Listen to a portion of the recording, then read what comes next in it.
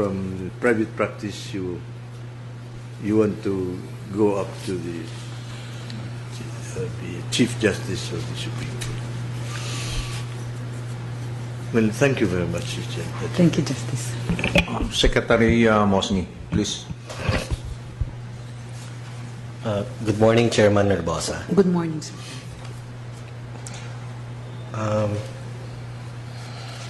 Chairman Herbosa, do you confirm that you are a direct descendant of our national hero, Dr. Jose Protasio Rizal?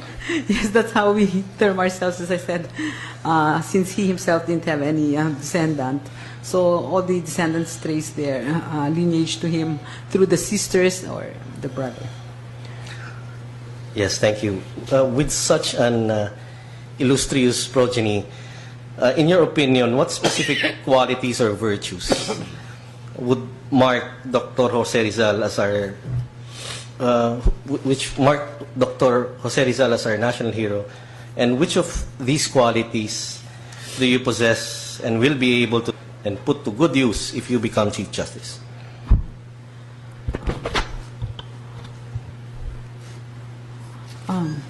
I like to think that on a very personal level, the traits that I saw from my grand aunt and my grandfather perhaps were also traits that they probably learned from their uncle. And it would be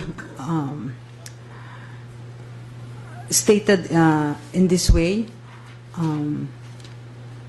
you are not entitled to any advantage or preference in life. There's no such thing as sense of entitlement. You have to work for everything that you want, and in the process of working for anything that you want, you are not supposed to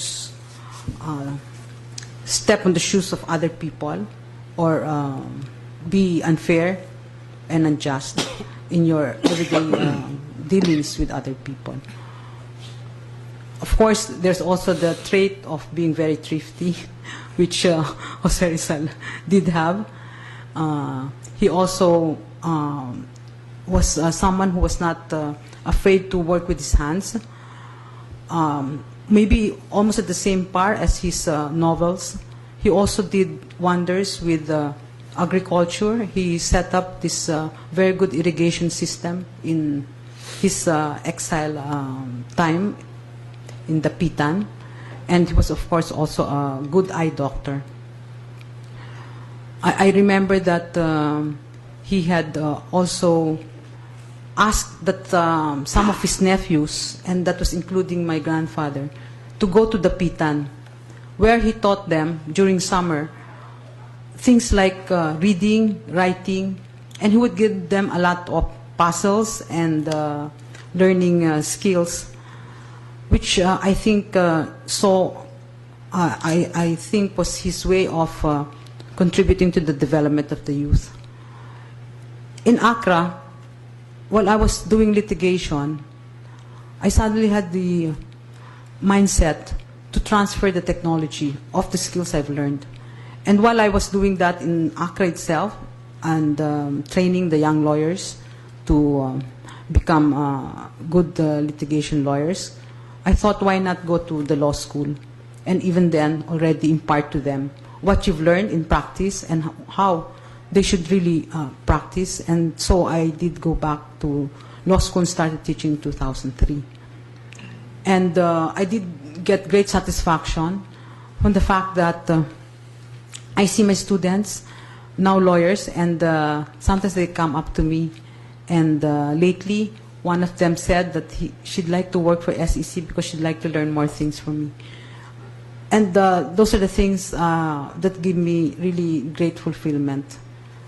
I suppose if you look at the life of Jose Rizal, there was really nothing very, very great or significant, because of course he was persecuted by the colonial masters, or he was treated unfairly and sent to exile and then executed. But in his own little way, if you would read all his works and even his letters to his sisters, it would show the fact that he was independent, he was patriotic, very nationalistic. And that is what I also want to be known for, that while I did work for self-improvement, and probably why I'm in this position now, being able to apply for the high position of Chief Justice, it's how people probably viewed you in your everyday meetings with them would be more important to me. Thank you, Chairman. Madam Chairman, are you a member of any particular faith community? Faith community, no, I'm Catholic, and I'm not, but I'm not a member of any religion-related community. I am a member of Sonta Club of Manila, Willow Sea, of course, and I am a member of the PDRCI, which is the Philippine Dispute Resolution Center, Inc. That's why because I've done a lot of arbitration in my... In any case, how much of your personal faith do you think will influence your decisions as Chief Justice of this country?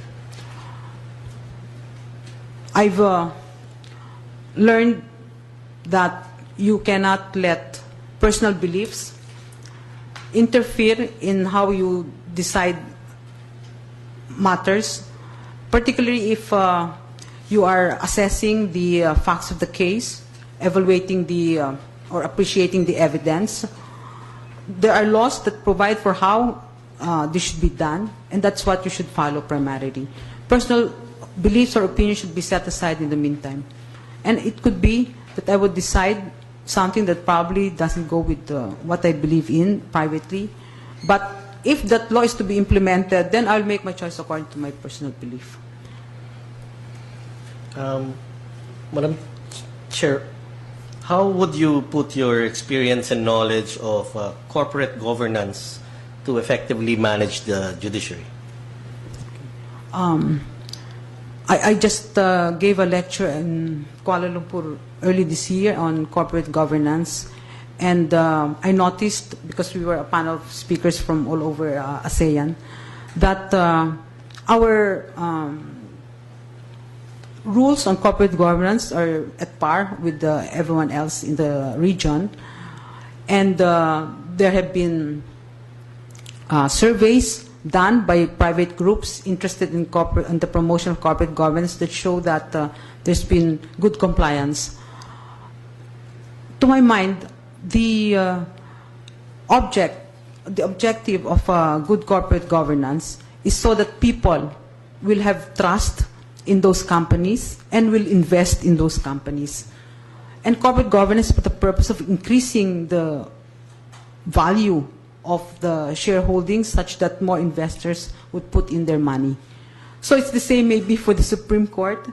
If we follow these principles similar to corporate governance, then the confidence of the people will probably increase, and they'd be willing to invest, rely on whatever decisions or pronouncements the Supreme Court will come out with. Thank you, Paul. I have just two more questions, Madam Chair. Many big companies in the Philippines have embraced the concept of corporate social responsibility, or CSR, as part of their commitment to support the community, contribute to economic development, and improve the quality of life, environment, and society. My question is, what is your stand on legislating corporate social responsibility to be as a required part of operations in Philippine companies? How will you utilize this as an aid to the poverty alleviation program of the administration? Maybe it's high time that we have a law specifically to encourage even more corporate social responsibility. I did notice, as SEC chair, that we do have a lot of foundations already in the Philippines, and foundations are subject to strict monitoring by SEC. Why is this so? Because they are recipients of big amounts, and they should be able to account for those fundings. Corporate social responsibility need not be mandated. I think each and every